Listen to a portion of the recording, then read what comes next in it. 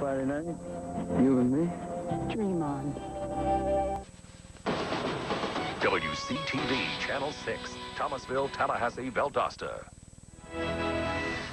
CBS is proud to bring you this special presentation, 9/11. It is an historic eyewitness account from inside Ground Zero.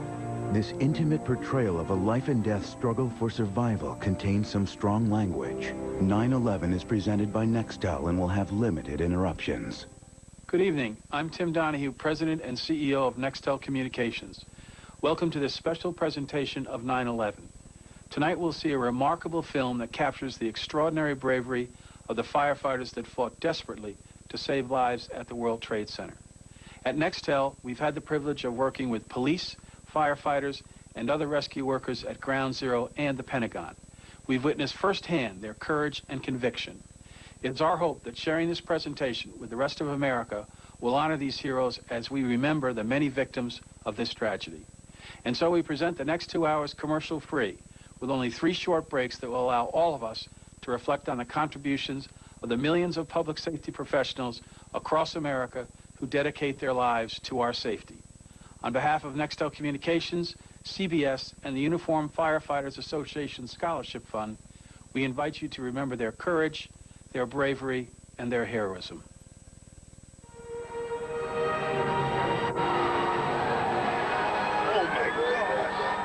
Tonight, a new chapter in the most important story of our time. World Trade Center, we took a hit on that last explosion. One firehouse. We gotta get everybody out. Let's go. 3 filmmakers. I saw the second one hit the other tower. In a place you've never seen. Italian 1, Division 1. Where are you, Steve? On a day you'll never forget. Command post from Tower 1. Evacuate the building. 9/11.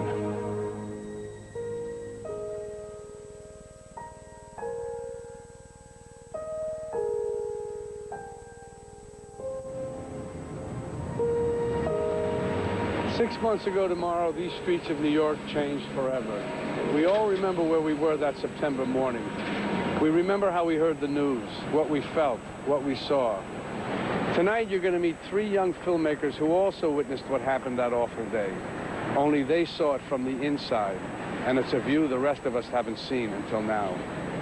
I'm Robert De Niro. Last year, 2 French brothers, Jules and Gideon Naudet, set out to make a film about a rookie New York fireman. They had no idea they would become eyewitnesses to the defining event of our time, but that they would capture the courage of those who faced hell on earth, and the miracle of a lucky few who survived. The story begins last summer. With the help of a friend and firefighter, James Hanlon, the Naudet brothers were allowed to follow the men of Engine 7 Ladder 1. It's one of the oldest firehouses in New York, just a few blocks from here. For months, the material they shot was routine, uneventful. September 11th was no different, until 8:46 that morning. Engine 7 Ladder 1 was one of the first to arrive at the World Trade Center. Jules Naudet was with them, and his camera never stopped rolling. It's the only footage from inside Tower 1. What you're going to see has been edited with great care. Still, some of the language is rough. After all, these men had never been tested like this before. This is the story of how the city's bravest rose to their greatest challenge on September 11th.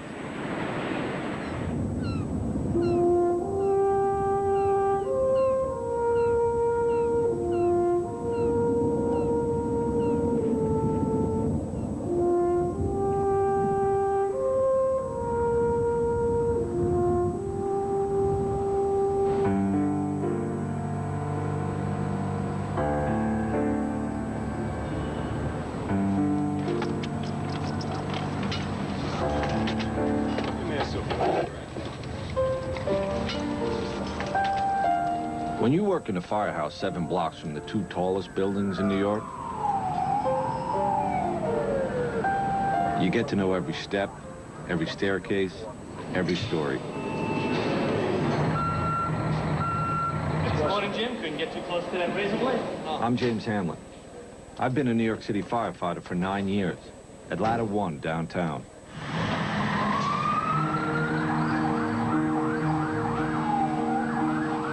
Last summer, the summer before 9/11, there were days we'd go to the Trade Center 5 times in a single shift. My point is, we knew those towers as well as anybody. But nobody expected September 11th.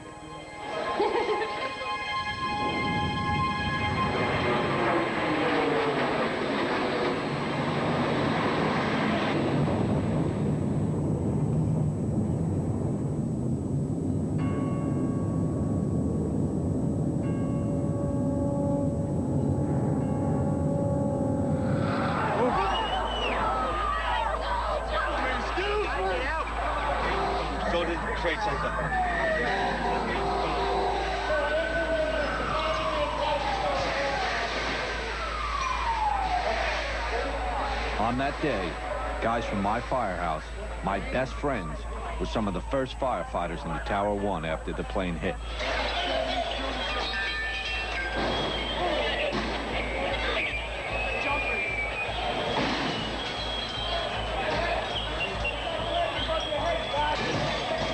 What they did that day, what everyone there did, was remarkable. Chief! And almost as remarkable, it was captured on videotape, inside the tower, beginning to end. And tonight, you'll see all of it.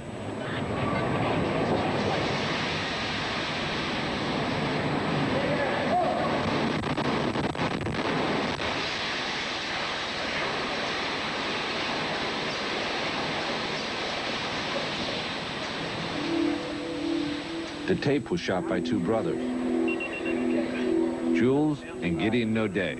Holy shit. They're documentary filmmakers and old friends of mine. I don't know. They always say there is always a witness for history. I guess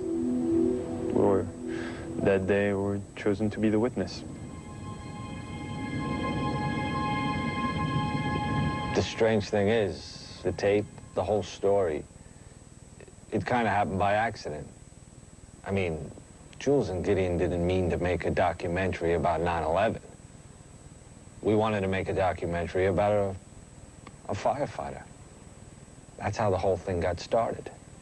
9, 10, 1, 2, 3. More to the point, the plan was to follow a rookie. On the job, we call them probies. The idea was to show how a kid, almost, become a man in 9 months. Which is their probationary period, where they have to prove themselves. Let's go, guys. Hurry up, get in the apartment. We teamed up, and by last June, the 3 of us were out at the fire academy shooting the training. Help. Help. And trying to decide which one of the 99 new probies Test. would be the perfect probie. My name's Paul Denver. John Carroll.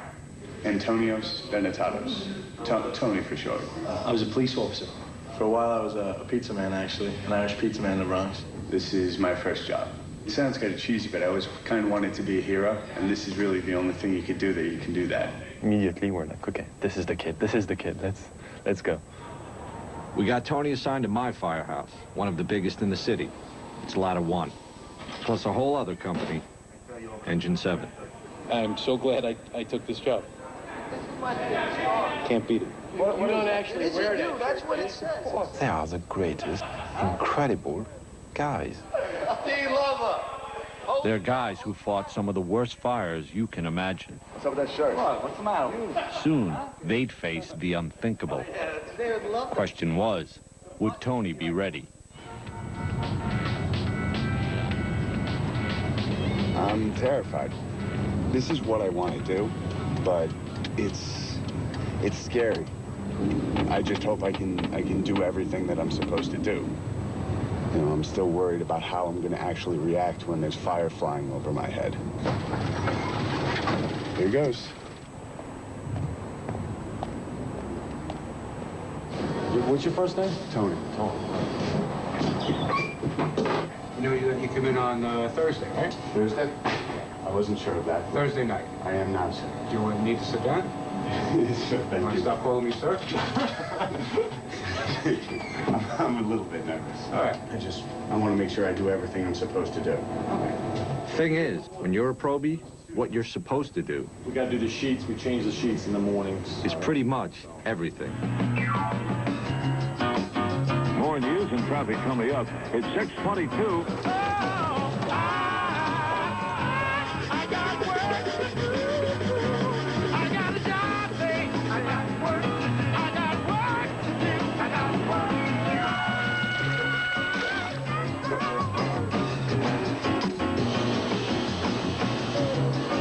Get all the wheels, then we start up top and we wash the rig down. You have an iron at home? Actually, I do not, sir. Probie in a lot of trouble? Say two? I think I'm doing decently. You know, I'm still waiting for a fire. That's all. Just waiting for a fire. And I think that'll, you know, make a pretty big difference. Engine, ladder.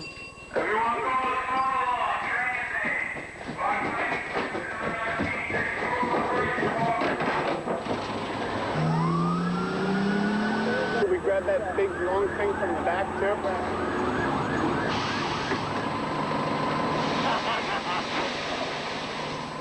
Thing is, guys say there's two kinds of probies. Getting closer. Black clouds and white clouds. When a black cloud comes to the firehouse, that probie, he brings all the fires in the city with him. White cloud, just the opposite. No fires. Don't get me wrong, there were fires. Just not when Tony was on duty. The kid was one very white cloud. Tony was nervous, of course, terribly nervous. And as the days would pass, Tony, waiting for his first fire, wanted to prove to the other guys, and even more to himself, that he was going to be a real great fireman. Like, Tony. I'll get back. The guys were not going to make it easy on him. No one was singling Tony out. We do it to every probie. We're going to break your chops till you laugh about it. Right. Because that's how we go. We'll tease you to death until you start laughing. Right. No problem. You gotta love this show. No, Sooner or later, and you will. But before you can love it, you've got to learn it. Now, say you got up there now, got your helmet on, your bunker gear, and you got to get your mask on. How you going to do that without letting go? I don't know. Hey, stop moving, guys. It's hot in here. Hurry up. Make a quick sweep. It's hot. The next time you do this, you're going to be more cautious. Right. You did fine. All I want you to do is learn to relax. Okay. Not bad. No. Not bad. That handwriting's getting better already. Thank you. All right. Hey day today, baby. Yes. Okay, thank you. For 2 weeks, I got $672.25. Oh, you gotta be kidding me. You couldn't even buy a six-pack with that. Holy crap. It's starting pay, you know? If I wanted to get rich, I would have become a lawyer. But I wanted something that I'd be able to live with for the rest of my life. This I can live with. A lot of the guys feel that way. You need to get up in the morning and look yourself in the mirror and say you're doing something with your life. Somebody's in there. Hit the door. You do your job, you risk your life to help people. And to be part of a family at the firehouse. Just making some onions and mushrooms for the steaks. How you doing, Jimbo, huh? Doing pretty good? Yeah? Here we go. Ah, this is a good song here.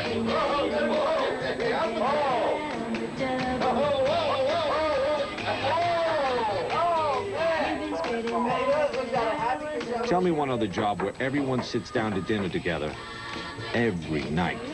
Now, Steve, you got to be tired now. Let me help you, Steve, because I think I'm the only guy that helps you in this firehouse.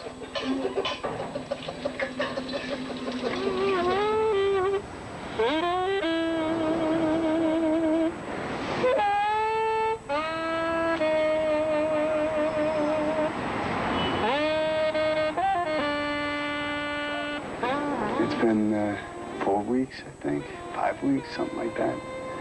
And I'm still no fire. But it'll come. Probably when I'm asleep and not ready for it. That's when it'll come. It's 2:30 in the morning, bro. you can sleep. You can. All right. Trust me. When the alarm goes off, they'll come and get you. Okay.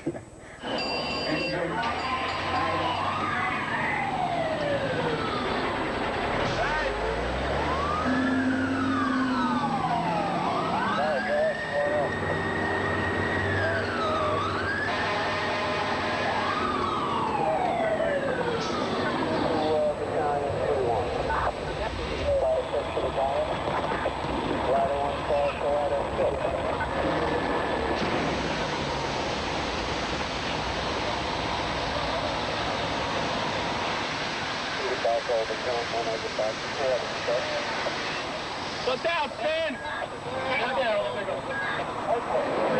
got to spray water. You're getting closer. There you are, Tony. Look, your first fire. And it was a car fire, no less. That's all right. My first fire was a garbage can fire on West Broadway in Franklin. Listen, Tony was getting closer. But for the record, that was some flame. It wasn't a real fire. Hey, Chief, come see his first fire. They're all like that. It's going to be a fun 20 years. Come here, there's fire over here. Here's the fire. See? Start the line, put out the stakes. By the end of August, we knew that we had a great cooking show, and there were no fires. Waiting for a job, that was a very big concern. But every time we would talk with some of the senior guys, they always told us, well, be careful what you wish for. I can see anything on the bridge. Everything all tanked up.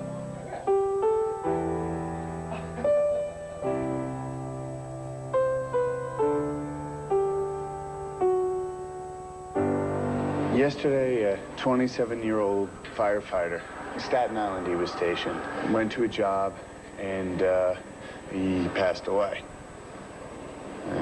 Well, we'll go to the funeral on Saturday, and what can you say?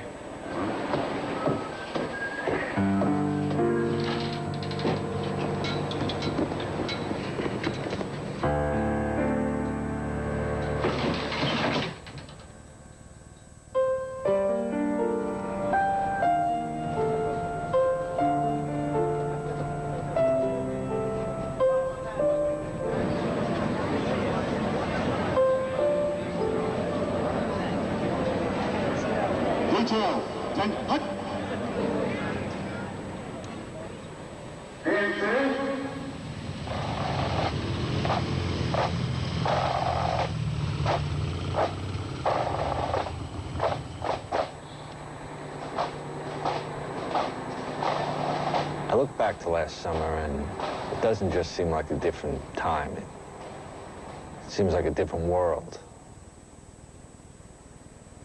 At the time, we didn't think there could be anything worse than losing a single firefighter. And looking back, we were kind of innocent, especially Tony. A bunch of the guys were talking about what different parts usually get them at the funeral. When the coffin went past, that was a little rough. I don't know. I hope it's my last one.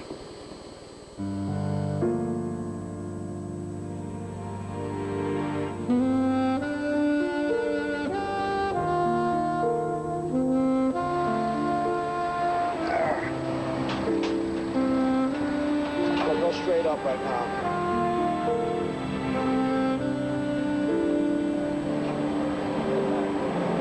There's a lot of things going on at all times, you know? Shit's hitting the fan, the roof starts to collapse, you gotta get off. You know, you gotta really improvise. Right. You know what I mean? Right. Basically, you have to be on the top of your game. Right. You're not the OV. You're on the top of your game. This is not a joke, this show. Right. It's a lot of things to think about, you know? And tunnel vision, focus, really, because that's what's going to keep you alive, and that's what's going to give you the opportunity to help anybody else. Right. You ready to go down?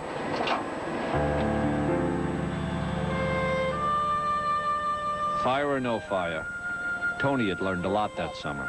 Bring him up, get him over the roof, make sure... Sure, he had a ways to go, but we'd teach him. Far as we knew, there was plenty of time. A few days later, Jules cooked a French dinner for the guys. At least he tried to. Decided to cook leg of lamb, which I told him for a long time was one of my specialties. I think he cooked one, and we really needed at least 5. Where's Frenchie? A couple more meals like this, we'll be able to share shirts. All right, I got a small piece, so what? Not my mistake. We stayed up late, just telling jokes and busting chops. This is it? That's all that's left? This is the best part of the meat. Even though the guys were making fun of us because we didn't cook enough, we were all having a great time. We were getting accepted. Touchdown! Oh, you're shaking it in the head. Oh, you're just a commander, all right? We all joked all night long. It was really a great night. Little did we know. It was the night of September 10th.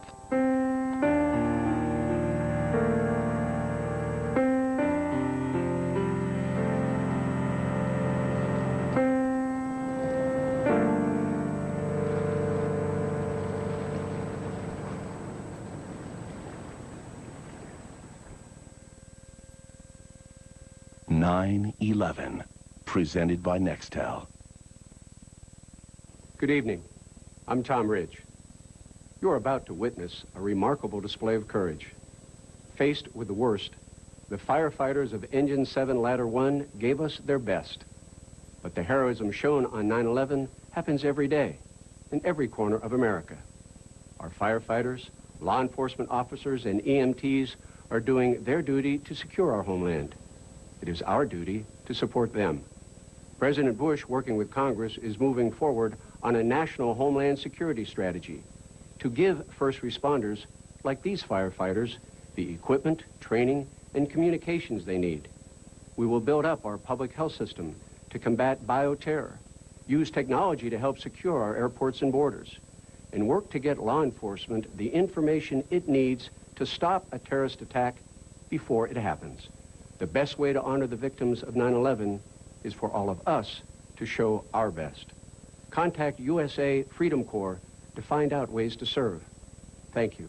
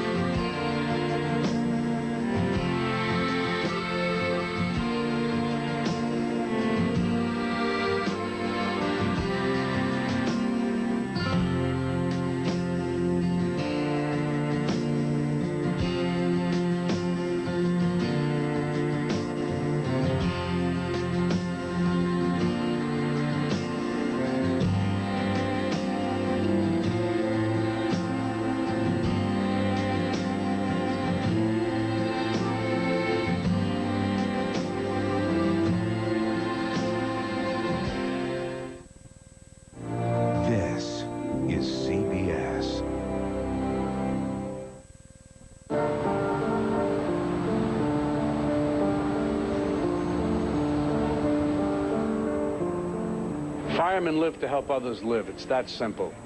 Every day they wait for the call. Every day that passes without that alarm is a blessing and a burden. They know it's only a matter of time until they'll have to put their lives on the line.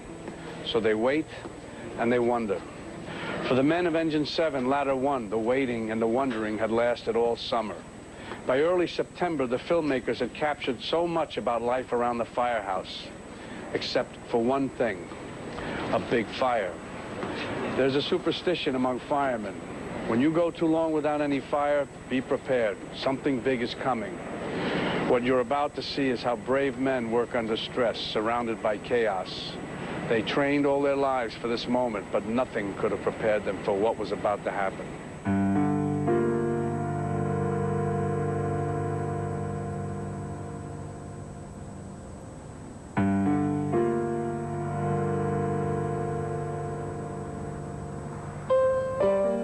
It's going to be a beautiful day today. Sunshine throughout. Low humidity. Really a splendid September day. The afternoon temperature about 80 degrees. Great weather for the primary election. Tonight, clear and cool, though, 60 in Midtown. It's begun to sound like some sort of a cliche. But really, September 11th started out like every other day. 8 o'clock in the morning, Don't throw the fat away. the day guys were just coming in. I was off that day. 13 guys from my firehouse were on.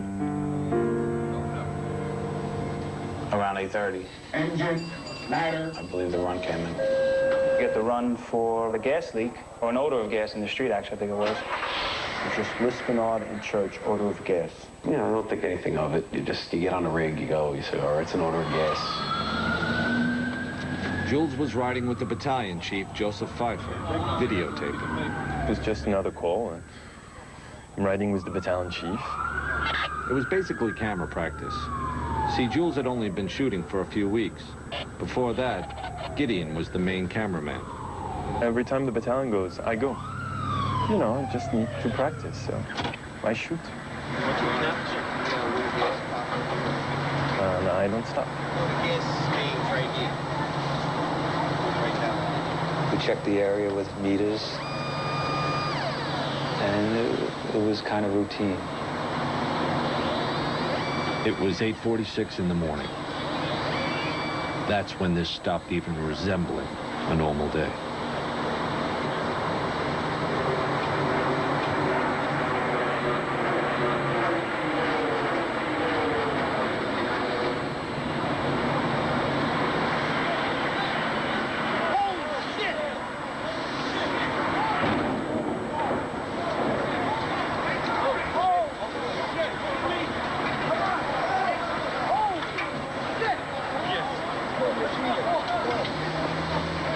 Right then and there, I knew that this was going to be the worst day of my life as a firefighter. Go to the trade center. Immediately, I knew this wasn't an accident. Oh, my God. That looked like a direct attack. What? Chief Pfeiffer made the first official report. We have a number of floors on fire. It looked like the plane was aiming towards the building. Transmit a third alarm. We'll have the staging area at Vesey and West Street. It was probably a 2-minute ride, but it seemed like it was forever because there was a lot of things going through your head. Everyone was passing, just looking up. It's like the world just stopped. We are just currently getting a look at the World Trade Center. We have something that has happened here. Flame and an awful lot of smoke from one of the towers. Whatever has occurred has just occurred within minutes, and we are trying to determine exactly what that is. As we swung around in front of World Trade, my mind tells me, wow, this is bad. What do we do? What do we do for this?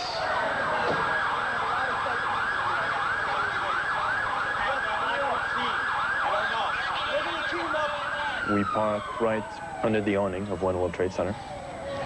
And Chief Pfeiffer puts his gear on, and I remember asking him, you know, Chief, can I come in with you? I want to come in with you. And he says, yeah. Yeah, you stay with me. Come in with me, and never leave my side. We've got I go and I hear screams, and right to my right, there is 2 people on fire, burning. I just didn't want to film that. It was like, no one should see this. Pfeiffer was the first chief into the building. Right away, a guy from the Port Authority told him the damage was somewhere above the 78th floor. But all you had to do was look around. It was obvious. Something had happened right there in the lobby. You just saw that all the windows were blown out. The lobby looked like the plane hit the lobby. Later, they'd figure out that flaming jet fuel had shot straight down the elevator shaft. All of this damage was done already. People was all over the place.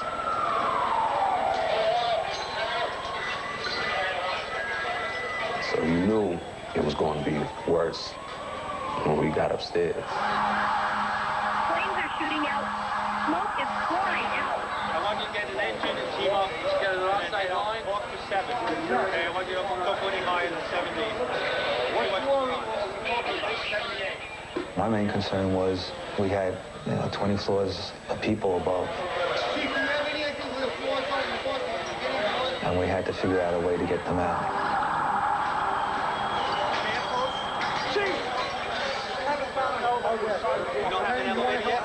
As it turned out, we had no usable elevators.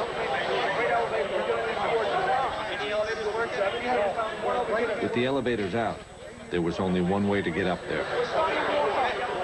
Walk. Companies come in. You see them with a concerned look on their face. And they're sent up.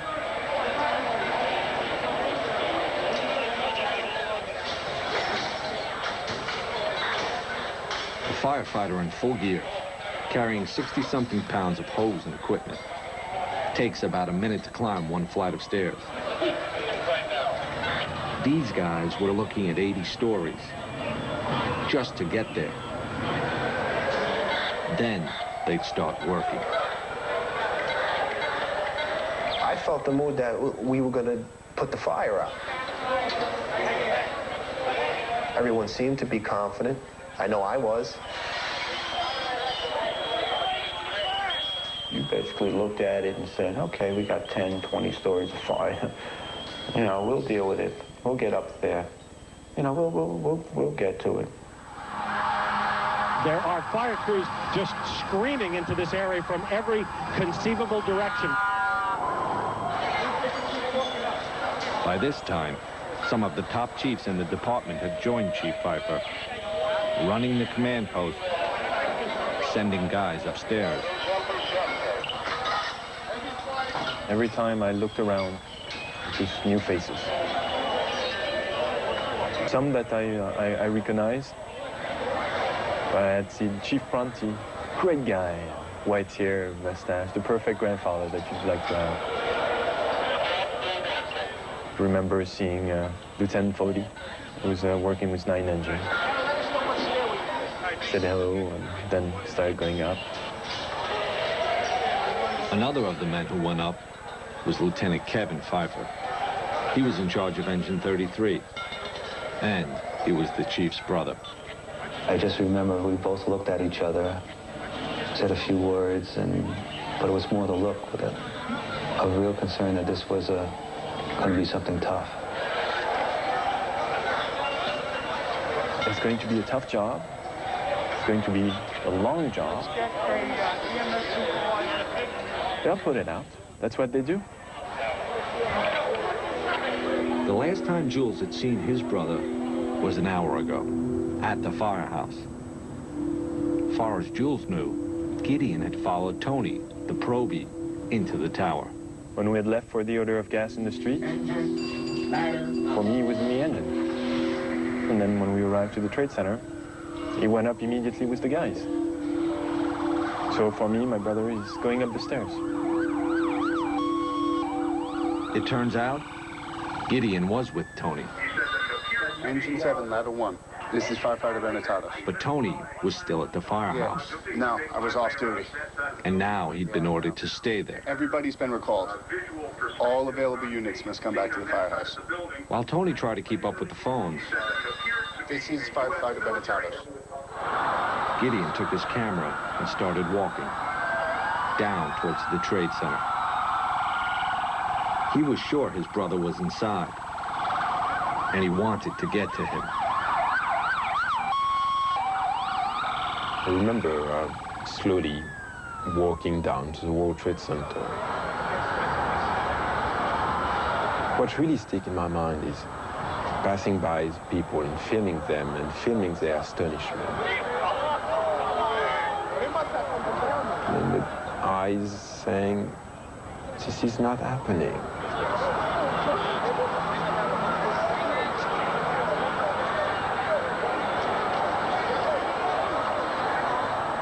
I remember tilting the camera back and forth between the people and the towers in front of me.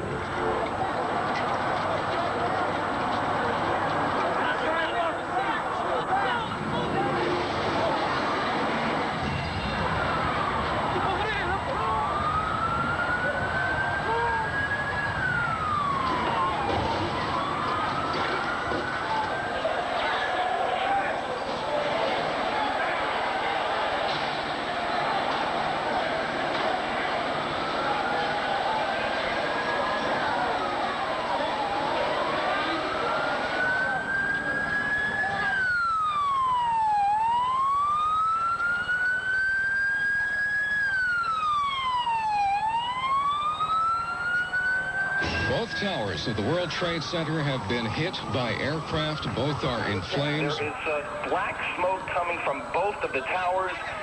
It's a horrific scene here. There's debris flying through the air. Mayday. There were two planes. I saw the second one hit. It hit the other tower.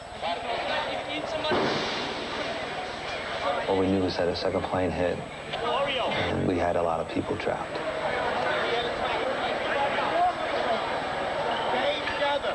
Stay together. You know what's going on. We're just going to have to worry out one way to go. Second plane is motherfucking. All right. Now the Chiefs would have to set up a whole other operation over in Tower 2. I'm going to send him up. I got no chief up there.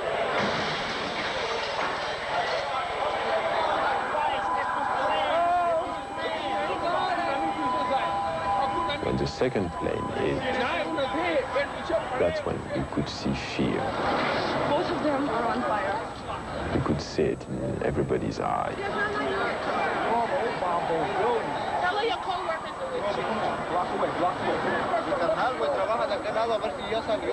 There were people from all over the world in these streets. Different colors, different languages. On those few blocks between the firehouse and the World Trade Center, the entire world was there. So two aircraft. The first one on one World Trade Center. The second one just happened.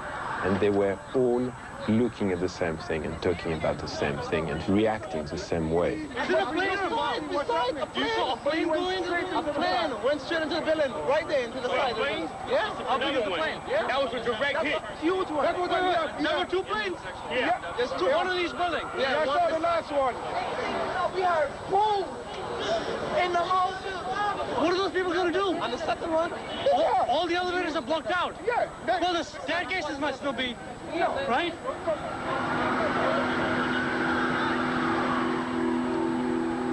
Stairs were crowded. People were coming down burned. Upstairs in Tower 1, the guys from my firehouse were now 10 floors up and climbing. If we did talk, it was to the people coming down, trying to comfort them, tell them it's all right, get out, stay calm. I wound up finding a woman in the C staircase. Her arms were all burned. She was just sitting there, basically in shock. So I picked her up under her arms, and I put her in with a group of guys, and I asked the group of guys to, take it down. I knew we had to get up to help people. We had to get up there. People pretty much said, why are y'all going up there? Get out.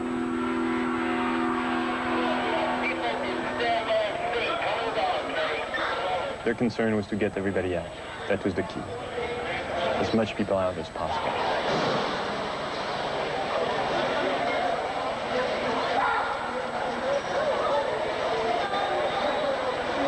Most of the people in Tower 1 came out on the mezzanine above the lobby. Then they'd get out through another building. All right, I want to use the lobby of 7 as a triage. The chiefs didn't want anyone going through the lobby doors. First, it was because debris was falling outside. Then, it was people falling. You don't see it, but you know where it is. And you know that every time you hear that crashing sound, it's a life which is extinguished. It's not something you could get used to. And the sound was so loud.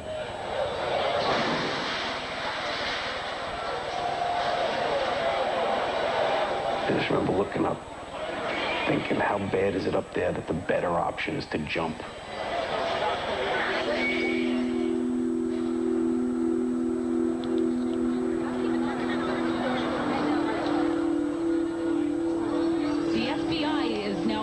Reports of a plane hijacking before these crashes we're telling you about at the World Trade Center towers this morning. Pieces of the building and the planes actually landed blocks away. Gideon was walking with his camera when he found a chunk of the plane engine that had crashed completely through Tower 2. Don't be kicking stuff. Don't get this as evidence. No, you don't kick it. All right, just get out of the area. Just go. This is evidence. You're kicking stuff. What's the matter with you?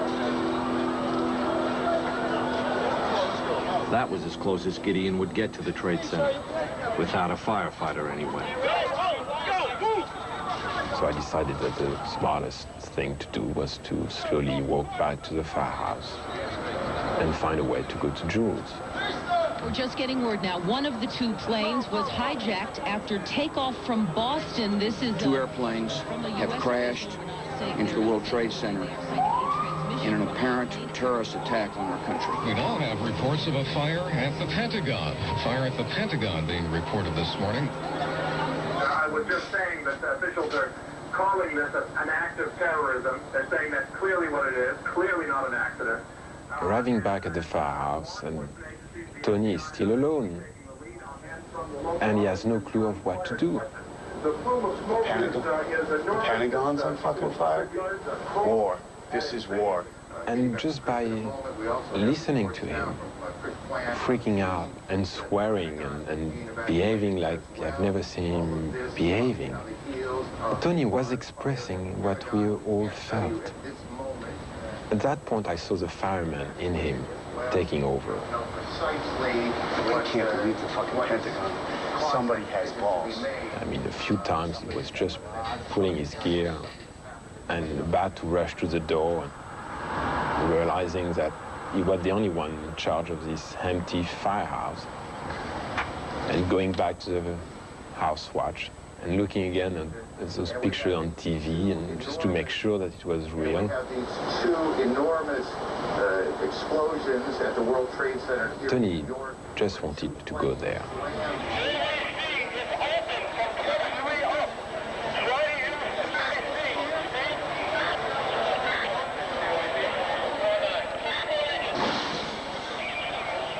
In the lobby, the chiefs were trying to run the largest rescue operation any of them had ever seen, with next to no information coming in from outside. You got a phone that's working? I think the entire world knew more than we did. Everybody had seen the attacks. Everybody had seen the tower burning. De New York, un avion s'est encastré dans une des 2 Had seen the Pentagon. For us, we didn't have a clue of what was going on outside our lobby.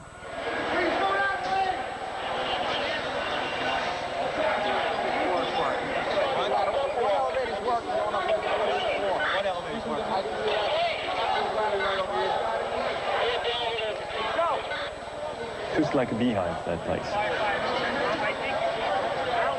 Everybody's working on the phone, everybody's working on the radio. Everybody's getting information, sending guys up, getting reports. And just trying to get this thing under control.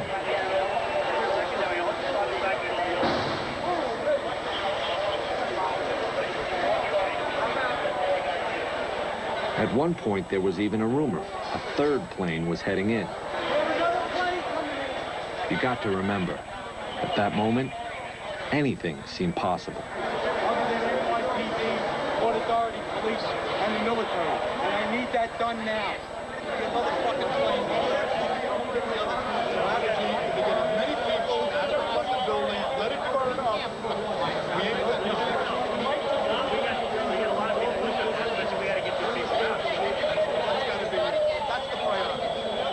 On top of everything else, just talking to the guys in the stairwells was tough. Fort Davis to Battalion 7.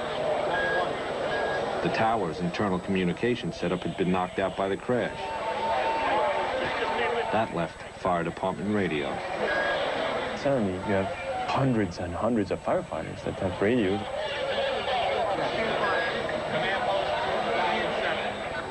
It seems to become more and more difficult.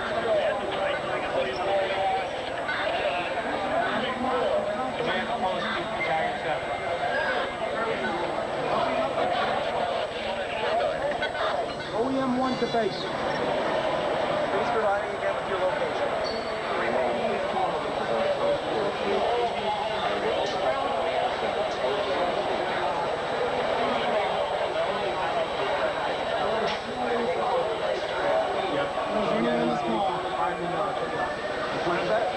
Is there anyone in this car?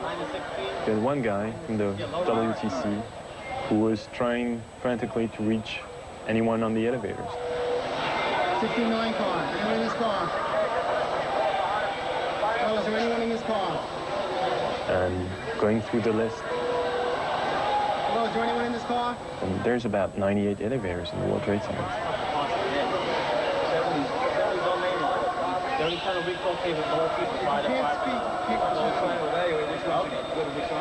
In the middle of all this, suddenly an elevator opens up. And you see people not having a clue of what's going on. Because they've been stuck in there since the first plane hit.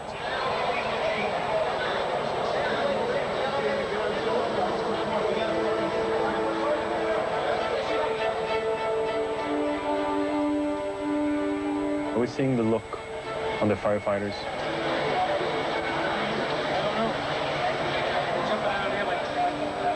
It was not fear, it was what's going on. Disbelief. That made me panic a little bit. That made me panic.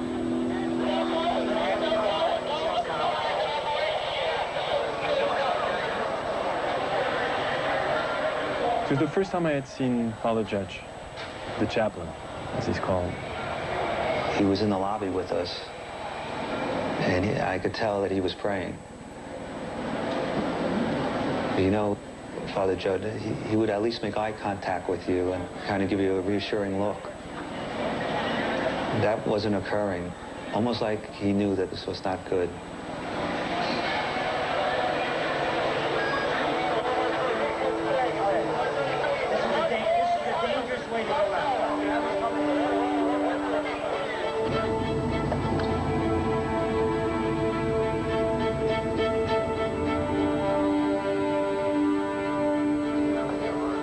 Back at the firehouse, What's up?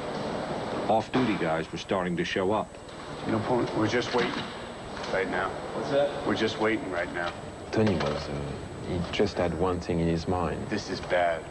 To go there. And he couldn't. Two Swift alarms right away. And that's when Chief Burns arrived. I need a cup of coffee. Larry Burns joined the fire department in 1957, retired a battalion chief 3 years ago. I couldn't wait. I had to get down there. Because you know what? They're my firefighters. It's my building. It's my city. Leave your gear all together, get a flashlight, and a bottle of water. Okay. Tell the Proby, get your gear, let's go. I remember Tony asking me to bring him some gloves, medical gloves. Grab a box of gloves. Go grab a box of gloves. And by the time I found them and rushed back, they were gone.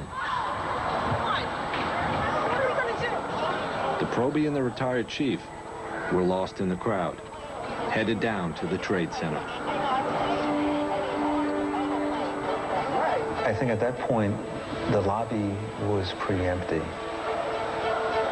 There were just a few of us in the lobby, and we were discussing tactics. This is Tower 1. This is Tower 1. Put a big 1 here. Some of the outlying companies didn't know what Tower 1 was and Tower 2. So we were just trying to help them out by writing it on the desk to make it obvious to people. It was just before 10 o'clock. A little over an hour since the first plane hit. Firefighters from all over the city were inside those towers. Hundreds of them.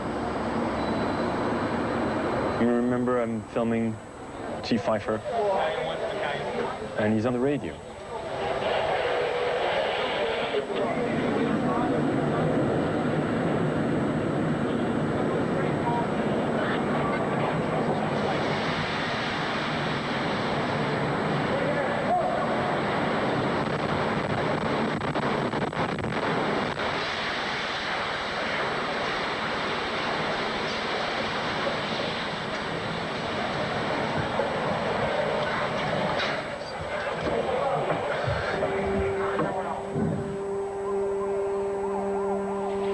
A situation that started bad just gets worse and worse and worse.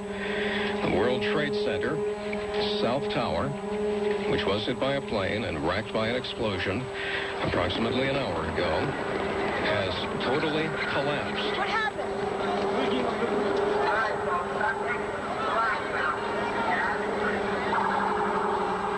If you're just joining us this morning, you're in for a horrific surprise. The scene here is just one right out of one of the movies you would see in Hollywood. People walking around with cell phones in tears, holding their heads, looking up at what's left of the World Trade Center and just shaking their heads in disbelief. Out on the street, everyone knew what just happened. The South Tower was gone. They saw it collapse and ran.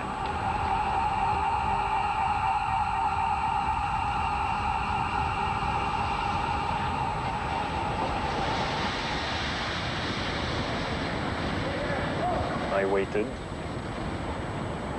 Time slowed down and everything became pitch black. Everybody all right? Yeah, I'm okay. How's the way out of here? And then realized, okay, I'm not dead. Yeah, right here. So let's turn on my floodlight on top of my camera. All right, come on down this way. Yeah, let's get out the way we came in. Okay. Come on down. Everybody down.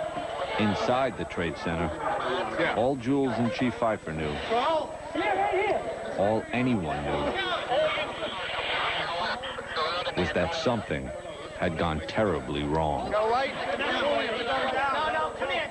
They asked me, you with the light, help us out. Everybody out before you get. We gotta get everybody out. Was pointing my light wherever they needed. Where's the sheep towel? Right here. This sheep towel.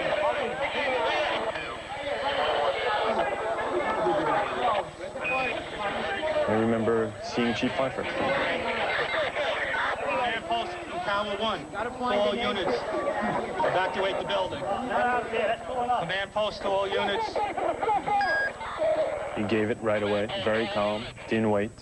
And it was, for him, it was a precaution. It was, okay, something wrong is happening. Let's get everybody out. Where's that flashlight? From the tone of his voice, I knew that it was no normal thing. I knew it was time to leave. I remember saying to the guys, well, we're on our own now. And for the first time, I looked in someone else's eyes and saw fear, which you don't see with the firemen. We orderly evacuated. It was such a long walk, 21, 17, 16, 15, 14, 13. I was going down the stairs. I can remember firemen resting on the landing and telling them, you know, we've heard a mayday, get out of the building. And, I don't think they, a lot of them, I know for a fact, did not take it serious. Sarge? Hey, Pete! Come on, Pete! I was not even consciously filming. I was just had my camera by my side and pointing the light wherever they needed my light to actually help someone. And then I realized it was Father Judge. Hey, guys, here, we need a hand. We saw him lying at the base of the escalator where we were. And I removed his white collar and I opened up his shirt. And I remember checking for his pulse and realizing at that time he was gone. All right, we got 4 guys. Top of the escalator. Top of the escalator? Top of the escalator.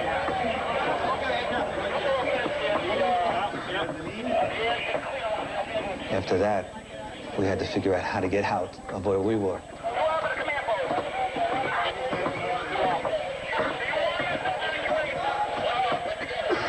Because if you go out this way, right where we are now, people are still jumping, debris still falling, and it's too dangerous. You cannot go out this way. The World Trade Center, we took a hit on that last explosion. Which way?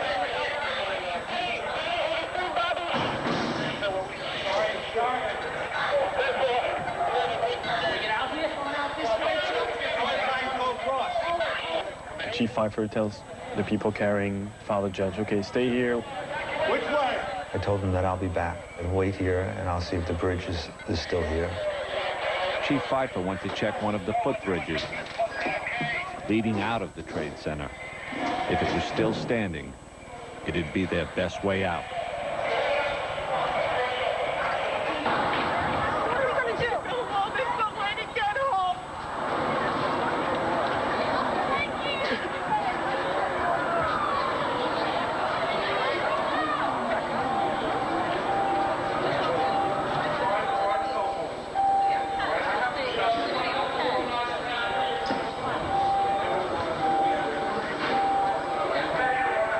Did you hear what happened with the other tower?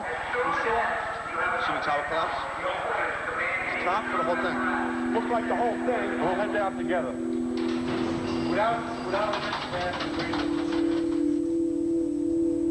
And now I wonder for the first time if Julie's still alive. I never thought about it before. Honey, it's a terrible, terrible day. I'm sure they're happy. I realized that Jules could be dead that very moment. And I was feeling so responsible. I was the one who put him in this situation.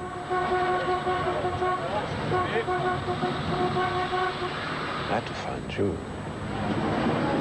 Gideon hitched a ride with 3 off-duty firemen, determined to get to the Trade Center the only way they could, in a pickup truck.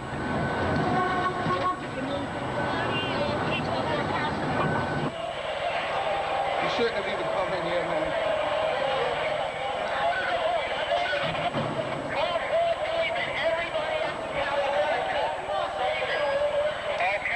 Battalion 1 to Division 1. We walk and we walk and we walk. And there are maydays being given, and we start to figure out, okay, it's much be worse than we think, because you cannot have that many maydays and all that dust and that noise.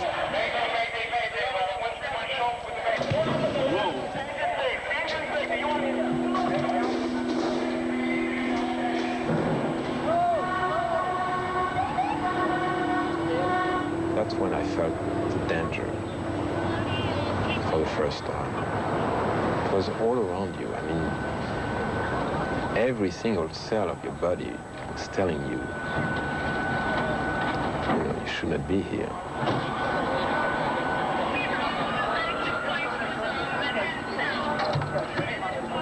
The scenery was radically different. I mean, it was this white powder everywhere.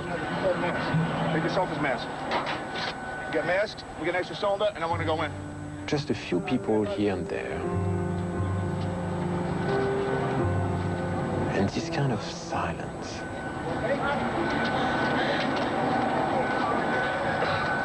You have ambulances straight down.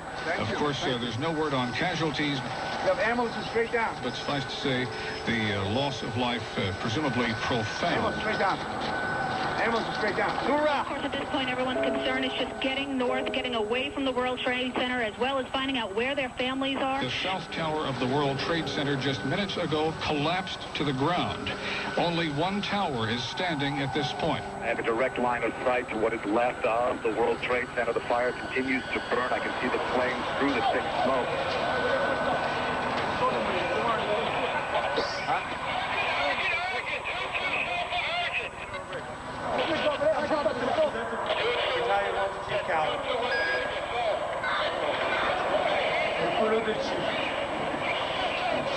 By this time, Chief Pfeiffer had found a safe exit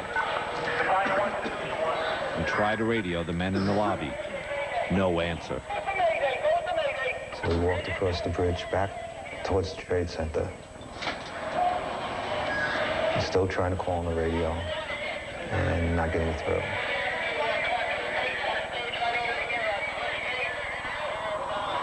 The guys that we had left there, they're not there anymore. They had already gone out another way, carrying the body of Father Michael Judge down the street to St. Peter's Church. They laid his body on the altar. Father Mike's death certificate is number 00001, the first official casualty of the attacks.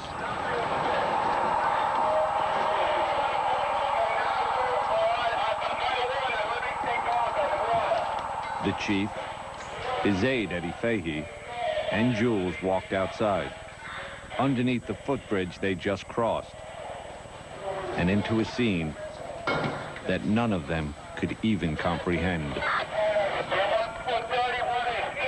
And there's debris everywhere. There's dust covering the entire place.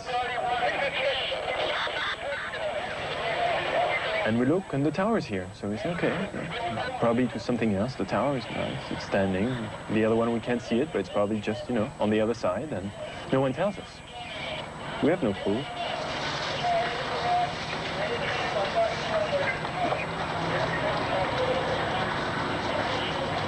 So we walk north. Just trying to figure out what took place here, and then try to gain some control. And then was just a sense that this wasn't a good place to stay.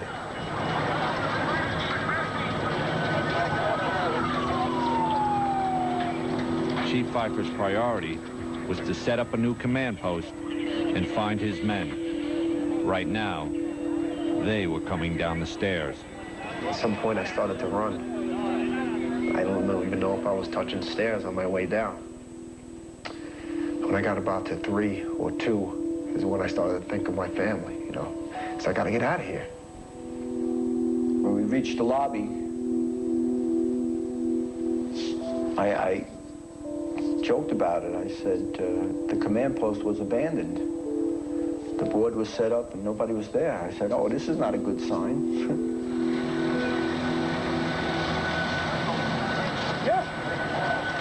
I knew there was nothing I could really do. I mean, I was not a fireman. I had absolutely no medical expertise at all. As just a civilian. But as a cameraman, yes, there was something I could do. And it was to document what was happening. So the cameraman took over and just filmed. Gideon had made his way as close to the tower as he could.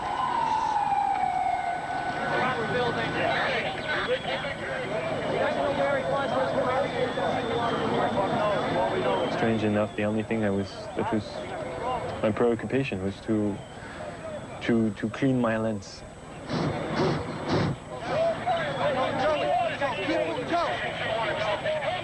Jules was with Chief Pfeiffer, who was plotting his next move.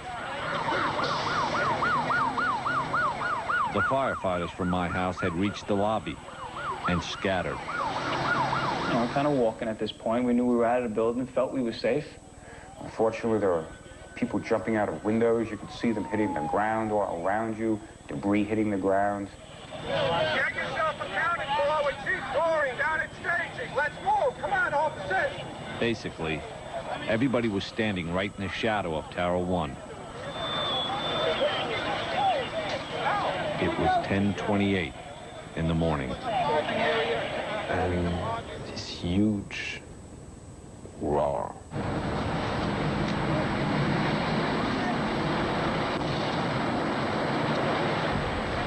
And I don't even have time to think at that point. I just run.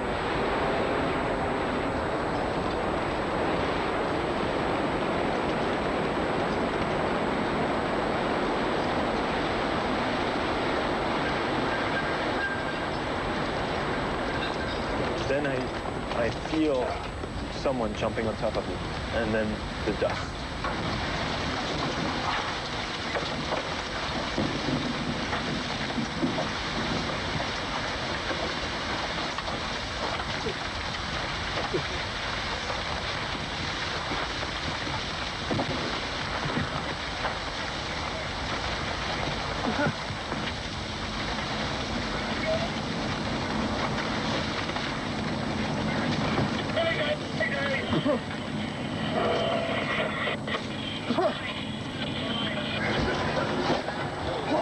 At that point, I realized that I was going to die.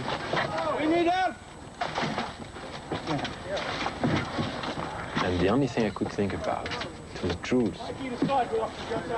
And I remember telling myself that if I would survive that, I would be a better brother.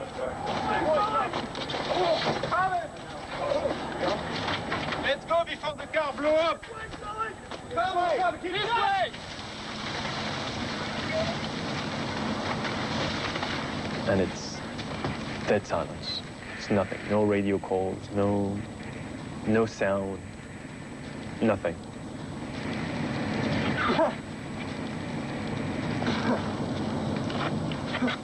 And I feel the person who was on top of me get up. Get out of here. You with me? Yeah. And I recognize it's Chief Pfeiffer's voice. And I just realized it jumped on top of me to protect me from all this.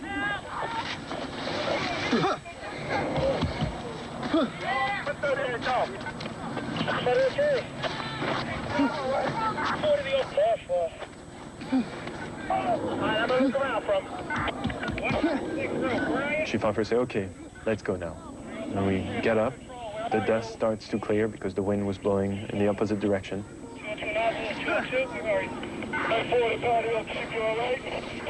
After that, it was just trying to literally walk around the block and regroup and walk back to the scene and see what we could do.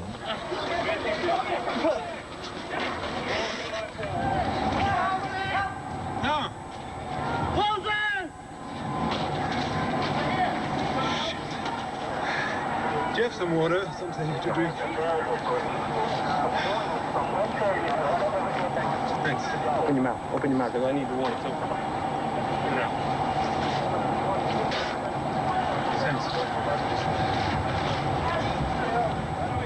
I had been in this street 3 times in the last hour. The first time, it was full of people. The second time, everybody was running away from it. And the third time, getting out of the last collapse, there was just nobody. And everything was white. everything was covered by the dust.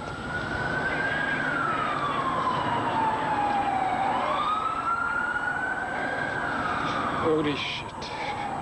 It was the most surreal scene I have ever seen. I cannot describe what took place.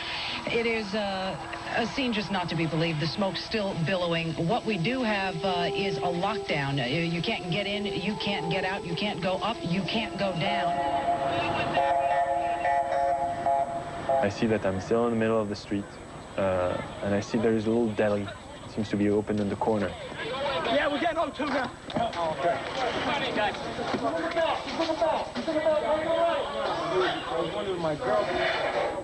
A lot of people injured. Firefighters, bloody nose, things like that.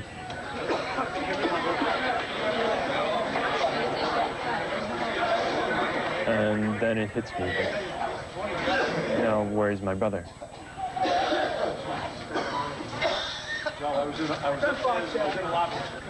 Go back here. I start realizing that I've probably lost my brother.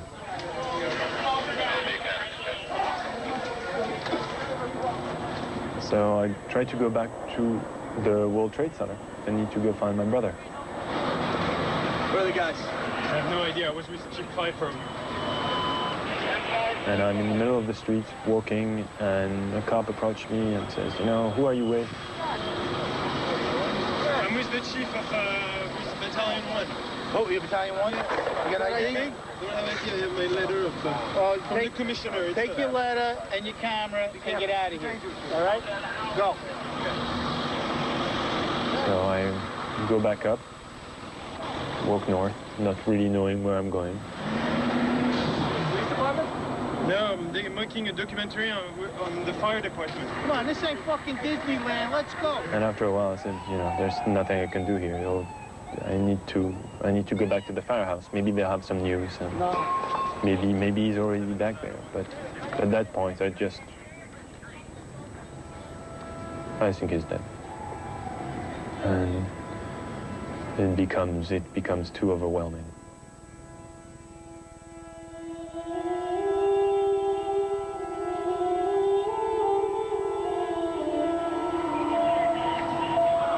Walking back to the firehouse and not trying to think for 1 second about troops. That was too much. Don't worry, honey. We'll stand with you.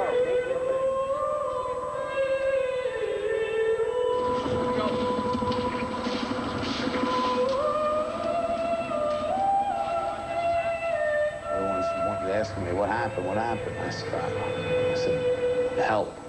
Hell is what happened.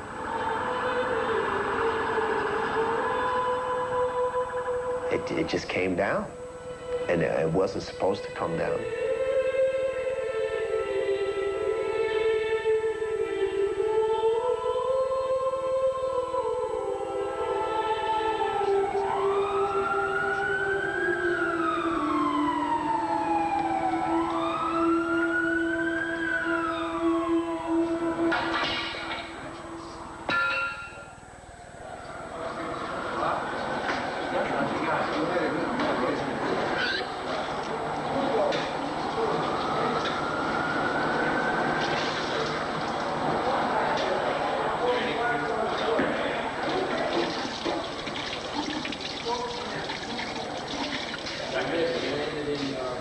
It's not easy being a survivor.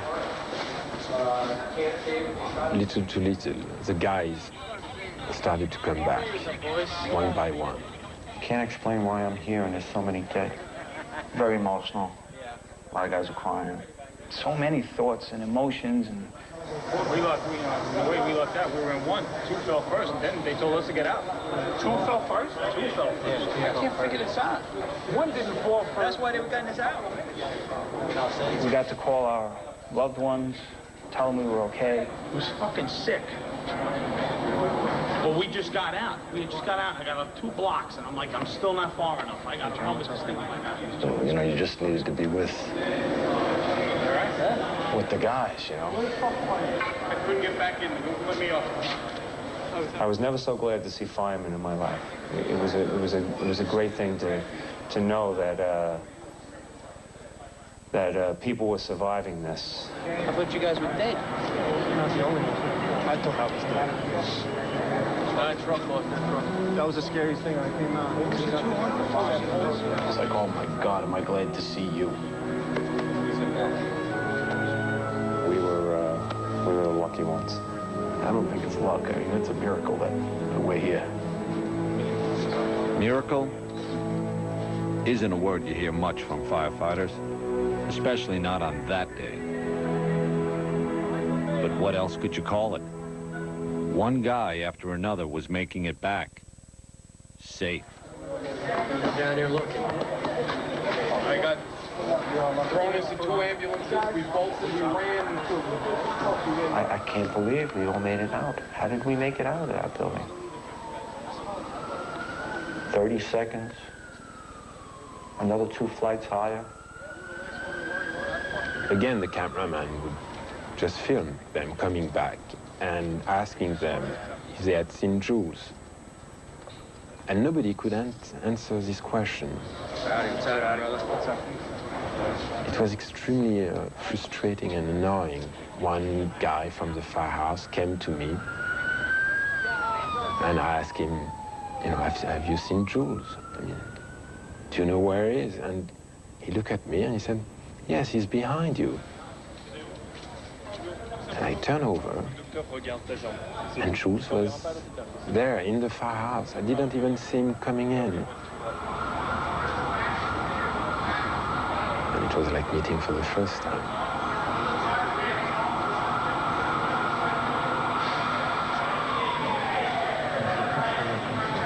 Quoi?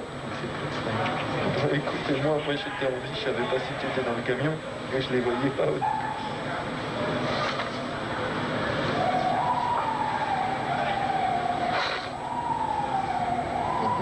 I asked Jules if he's all right.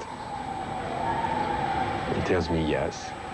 He tells me that he was all that time in the lobby. I tell him, I know now what it's like to think you're going to die. And then I tell him, I got the first plane and I filmed, and do you have enough tape? Unbelievable. Unbelievable. Good to see you. All right, you okay? Yeah. Yeah, close? Under. Yeah, okay, good. All right, I'm glad you're all right. And it definitely was a miracle, you know? Fuck, man. Don't worry about me. You don't know what happened to you guys. Oh, God. Everybody's all right. Everybody's accounted for. Right here. You got everybody? Right here. Everybody's accounted for? Everybody come back one by one to the firehouse. You all right? What's up, Patty? Except one. Did you see Tony over there by the tunnels? Tony. Yeah, that's what I heard. Here we were, all accounted for, except for Tony. Everybody was wondering about Tony.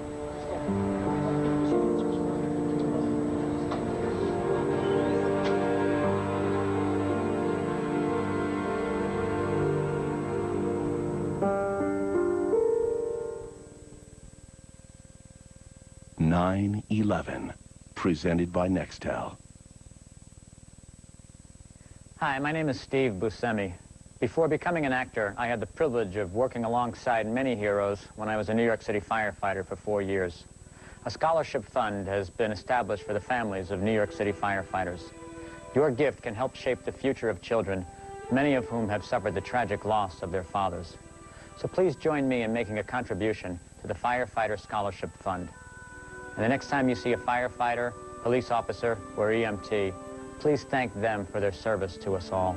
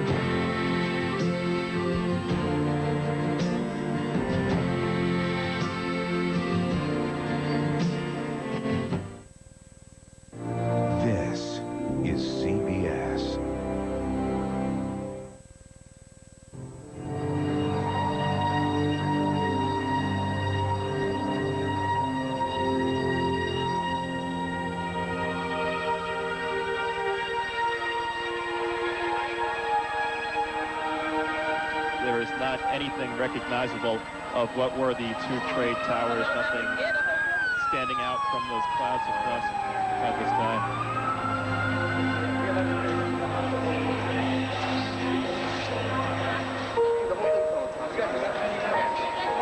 You guys were in the building? Yeah.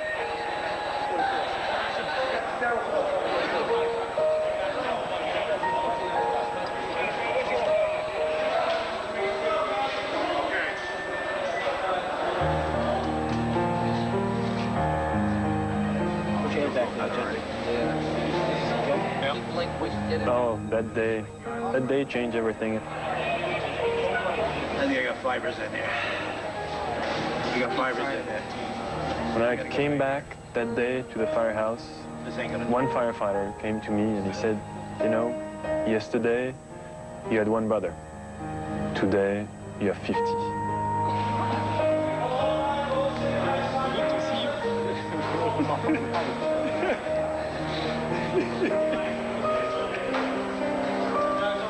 It's hard to even describe the emotions in the firehouse that day. And it was just like, you heard the ground rumble, and it was just fucking debris was just chasing you. We were running, hauling ass. I mean, fucking. On one hand, you're celebrating. Very frightful day. Very happy to be here. Somehow the guys from our house, they got out. We lost so much in that 2-hour period.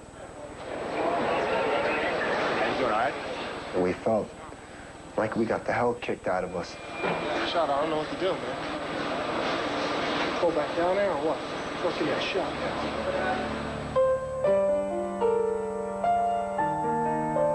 At the same time, we knew hundreds of firefighters, thousands of people had to have died in those towers. And every hour that passed, we were more certain Tony Benetatos was one of them. Hey guys, Deputy Chief Hill called. 1st Division, he doesn't want anybody else down here right now. Everybody was wondering about Tony. James just put his gear and went by himself to look for Tony. I'd come in from home, and yeah, we were ordered to stay at the firehouse. But after 6 hours, somebody had to go and look for this kid.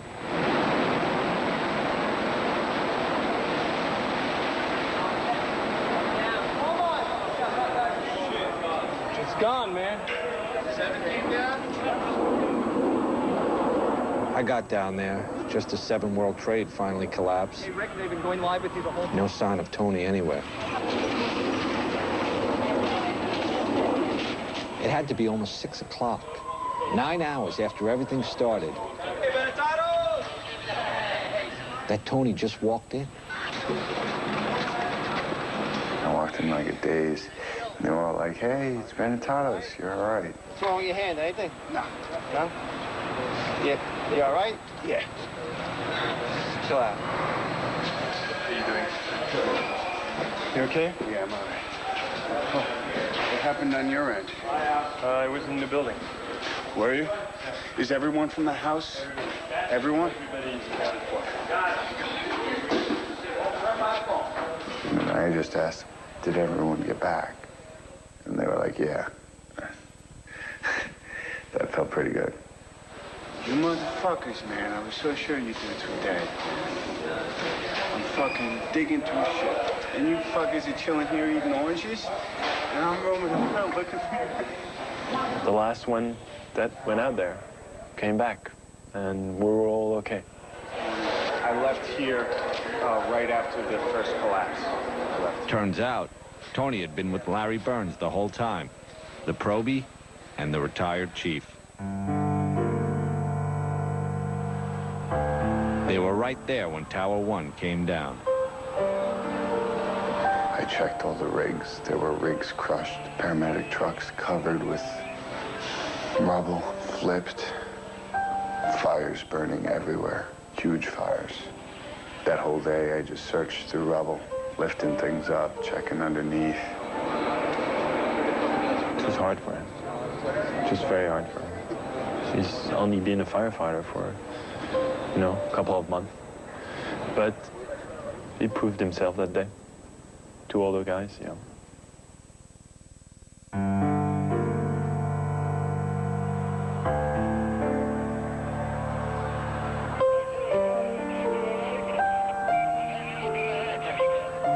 There was so much that we didn't know about that first day.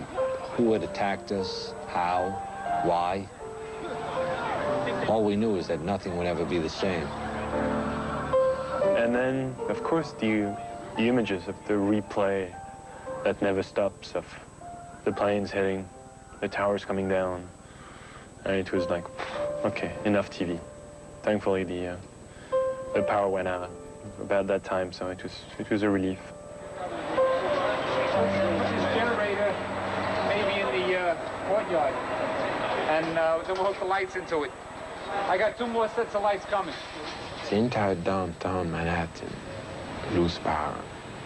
It was really this feeling that we're going to be there for a long time. Just a short while ago, Mayor Giuliani held a news conference saying it's important not to lash out in anger because of the attacks on the World Trade Center. Most of us stayed at the firehouse that night, trying to take it all in. The roof of the Marriott, we were on the roof of the Marriott. There was parts all over the fucking place. Legs, feet. It was nasty.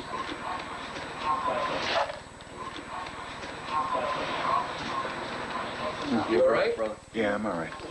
One of the things that sticks with me more than everything I saw is I sat down next to Ted. He looked real bad. I said, Tony, man, it was raining bodies. And just the way he said it, man, it just, the man had been through hell. Good evening. Today, our fellow citizens, our way of life, our very freedom came under attack in a series of deliberate and deadly terrorist acts. It's a very depressed, dismal, miserable mood. Secretaries, businessmen and women, military... Hundreds of your firemen, thousands of civilians are gone. As quickly as you blow out a match, they're gone. Flip a switch, they're gone. That's it. Those buildings came down. Gone.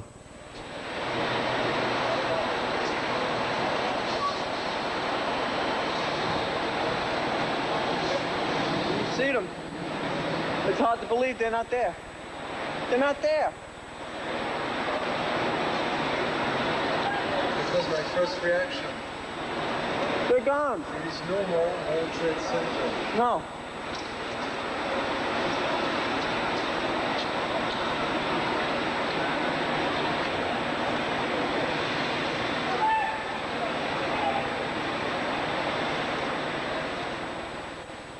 It did happen, right?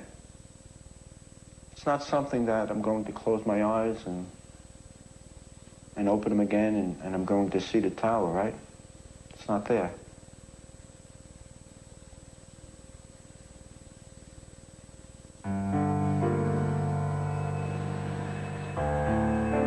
You know, and the only thing you have, really, and the only thing that really kept it all together was us, as a group, as a body, as a firehouse. Around midnight, we sent Tony up to lower the flag to half-mast again.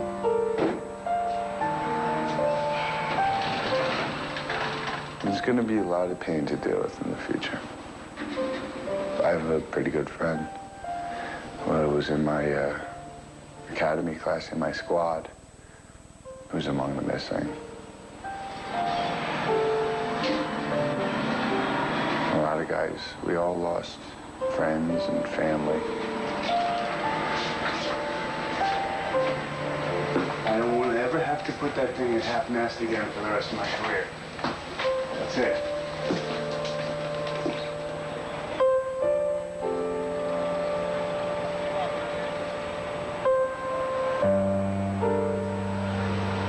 Until the recall ends, it's 24 on, 24 off, 24 on, 24 off. We got word that we'd start digging in the morning. Some of the guys with wives and kids went home, just for a few hours. They knew it might be days before they'd see their families again.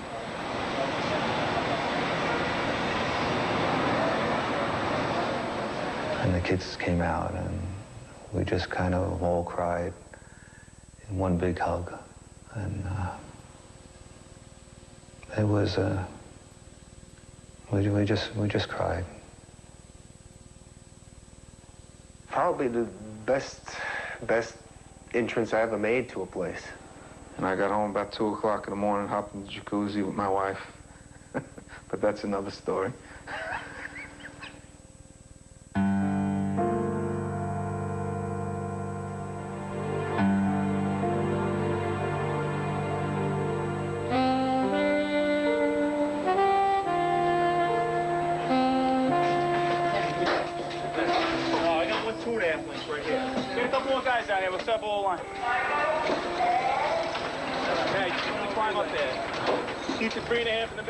Came back to the firehouse the next day. I couldn't wait to get back, actually, because I wanted to get down there. I figured, well, we're going to have plenty of people that are going to be trapped, for sure. We're going to get them out. We have to. We always do.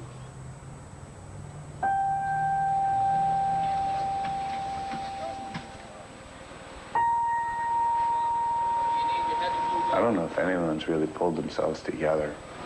Focus on what you're doing today. There'll be time enough in a couple of weeks to really take in what happened to our guys. But today you must focus on what you're doing.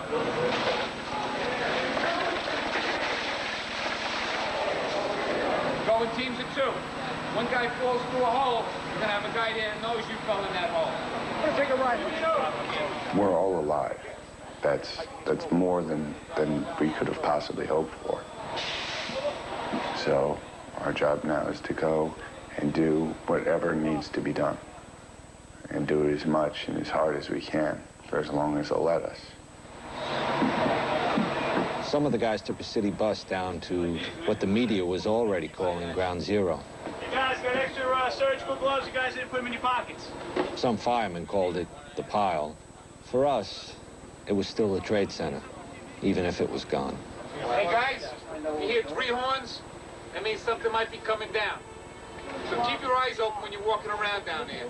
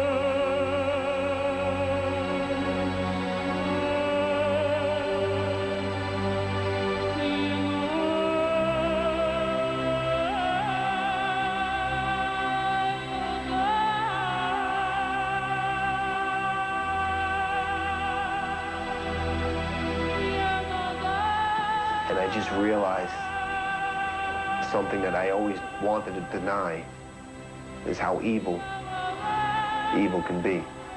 I need 5 firefighters, 19 and 12. And we went down there and formed up companies, 5-man and an officer. We went to work right away, trying to look for survivors. Try to get some buckets back here. Buckets! Guys were digging fast, passing those buckets quick. Digging frantically. Bucket! Empty bucket! Hey, watch your back, guys.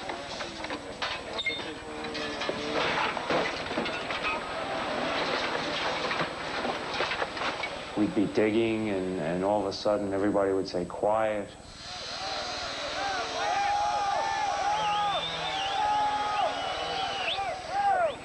And the whole place would get quiet, and people would look.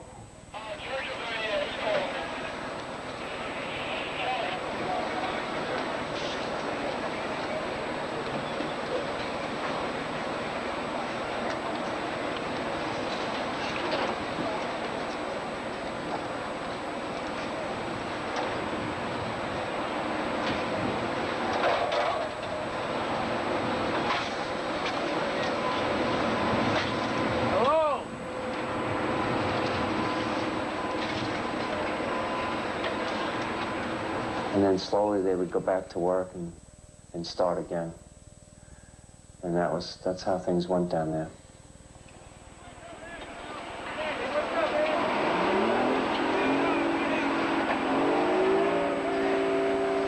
I remember the first time I went there, it was like, you know, gateway to hell.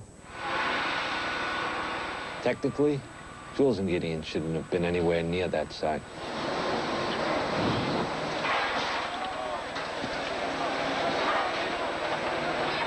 It was dangerous enough for us firefighters. Every step you took, you could fall 30, 40 feet into a void.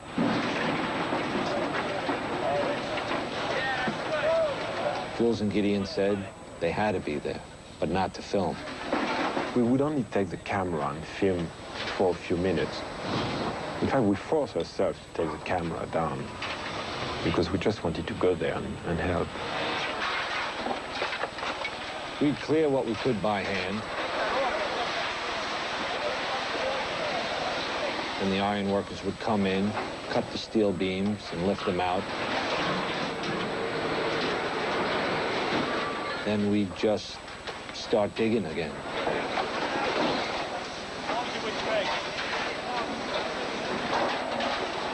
You have 2 110-story office buildings.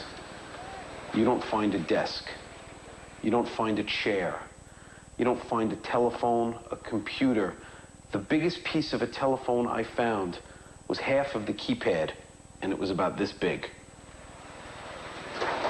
The building collapsed to dust. How are we supposed to find anybody in this, that there's nothing left of the building? You find a little spot, and you just keep going and digging, and trying to find something. And you find a foot, and then they said the building's gonna collapse, and you run away. Go, go, go!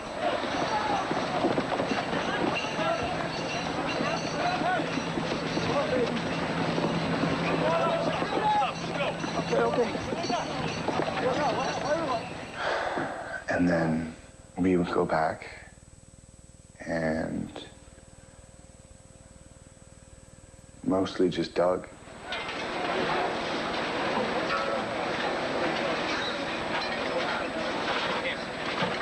We found a body. It was a girl. She was dead. She was definitely dead. All her clothes had been burned off her. She looked to be pregnant. Some people thought maybe she was just bloated, but I don't think so. She was encased in rubble. And we had her about halfway uncovered. We had getting the body bag ready, and then they told us to run. And we ran. So I never got to see if they got her out. But would have felt good saying, all right, at least I got one person out. One family will be able to have a decent funeral.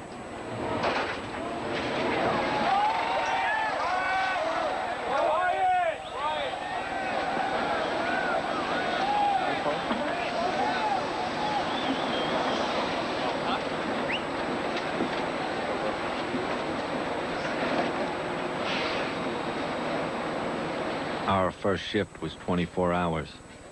And in all that time, there was one person pulled out alive. One. It was beyond discouraging. it was even hard to understand.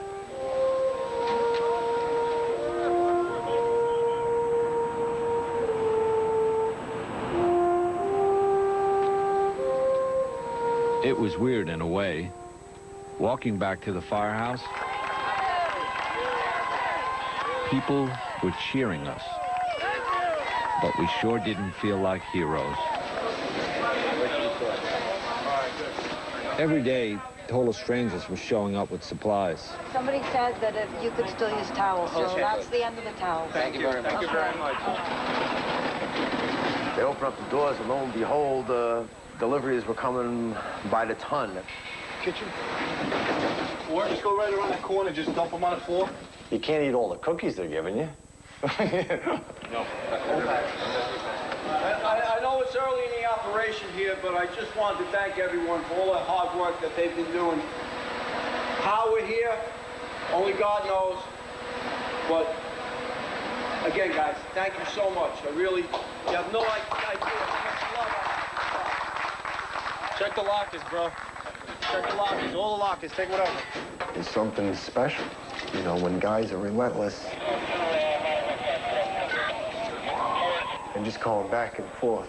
Guys with nails in their hand, taping it up, gashes, blood everywhere, just taping it up and saying, let's go back, let's see what we can do to make this situation a little better.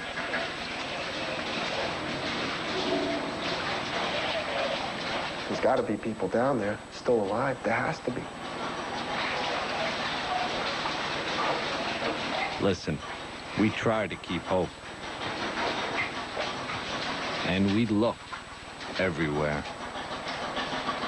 We even crawled down into the stores and the subway tunnels underneath the site.